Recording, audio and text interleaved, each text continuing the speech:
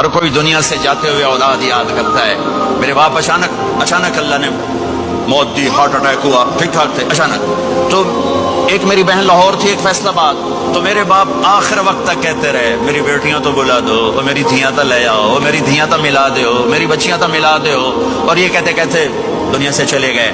ہر آدمی موت کے وقت یہی کچھ کرتا ہے. میرے نبی دنیا سے جا رہے ہیں, دنیا سے جانے کا وقت ہے. 12 ربیع الاول ہے, پیر کا دن ہے, 7 جون ہے, 11 ہجری 633 عیسوی. جبریل نے آ کے صبح آپ نے ساری بیگمات کو بلایا, رخصت فرمایا ملاقات کی. بیٹے کو بلایا, کان میں کہا میں جا رہا ہوں. وہ رونے لگی, رو نہیں, سب سے پہلے تیری میری ملاقات ہو گئی. 6 ماہ بعد بیٹی بھی پہنچ گئی باپ کے پاس. پھر داماد کو بلایا, ان کا سر اپنی گود میں رکھا, کمر پہ ہاتھ پھیرا, دعا دی, رخصت فرمایا. آخر میں اپنی آنکھوں کی ٹھنڈک کو بلایا. کون؟ حسن اور حسین. کہ میری آنکھوں کی ٹھنڈک حسن اور حسین, میرے جنت کے پھول حسن اور حسین. یوں لیا وہ ساتھی, آنسو ٹپ ٹپ ٹپ ٹپ ٹپ ٹپ. بیویوں کو جدا کیا, آنسو نہیں. بیٹی کو جدا کیا, آنسو نہیں. داماد کو جدا کیا, آنسو نہیں. جب بچوں کو جدا کرنے لگے تو یوں آنسو. ایک کو زہر میں تڑپتے دیکھا, ایک کا کٹا سر نیزے پہ چڑھتے دیکھا, تو آنسو رک نہیں سکے, دعا نہیں کی, ہاتھ نہیں اٹھائے, اللہ کی تقدیر کے سپرد کر دیا.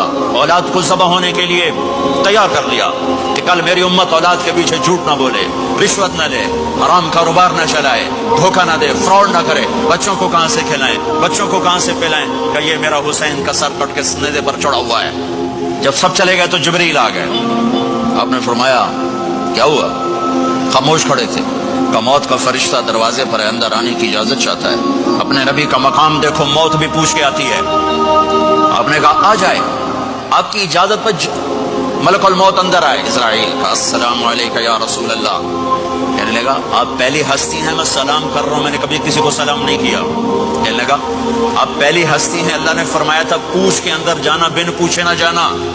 پھر کہنے لگے آپ پہلی ہستی ہیں, اللہ نے فرمایا آنا چاہیں تو لے آنا, رہنا چاہیں تو چھوڑ کے آ جانا. ہاں, یہ وہ دربار رسالت ہے جہاں موت بھی پوچھ کے آتی ہے.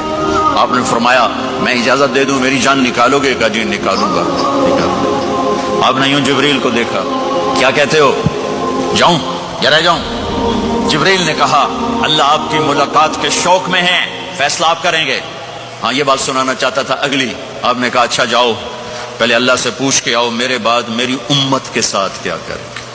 میرے بچوں کے ساتھ یہ ساری مائیں, میرے بچے میرے بچے میرے بچے میرے بچے.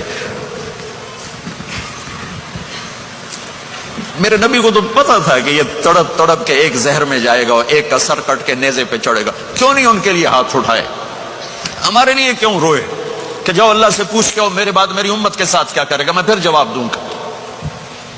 جبریل واپس گئے, موت کا فرشتہ کھڑا ہوا ہے. جواب آیا یا رسول اللہ آپ کا رب کہہ رہے ہیں آپ کی امت کو تنہا نہیں چھوڑوں گا. مجھے میرے رب کی قسم جو سن رہا ہے جس نے ہمیں یہاں جمع کیا ہے, سنو میری بات غور سے. اگر میرے نبی یہ سوال نہ اٹھاتے تو آج میں اور آپ بھی بندر خنزیر میں بدل چکے ہوتے. میری اور رب کی کوئی رشتہ داری نہیں ہے.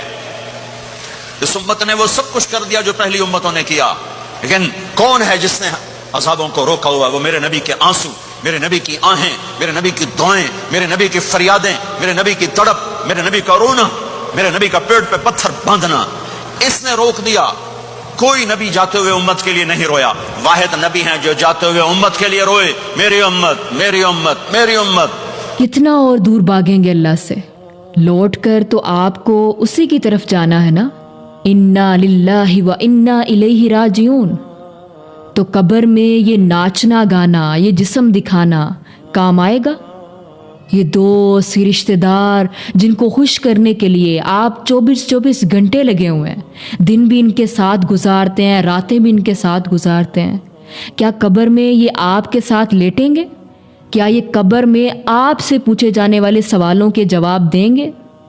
نہیں, وہاں اسی کا بدلہ ملے گا جو آپ نے ابھی اس دنیا میں رہتے ہوئے کیا. آپ کے اعمال کام آئیں گے. تو خدا را لوٹ آئیں اللہ کی طرف اس سے پہلے کہ موت کا وقت آ جائے. میں نے یہ کیا, میں نے وہ کیا, میں نے تم پر احسان کیا, میں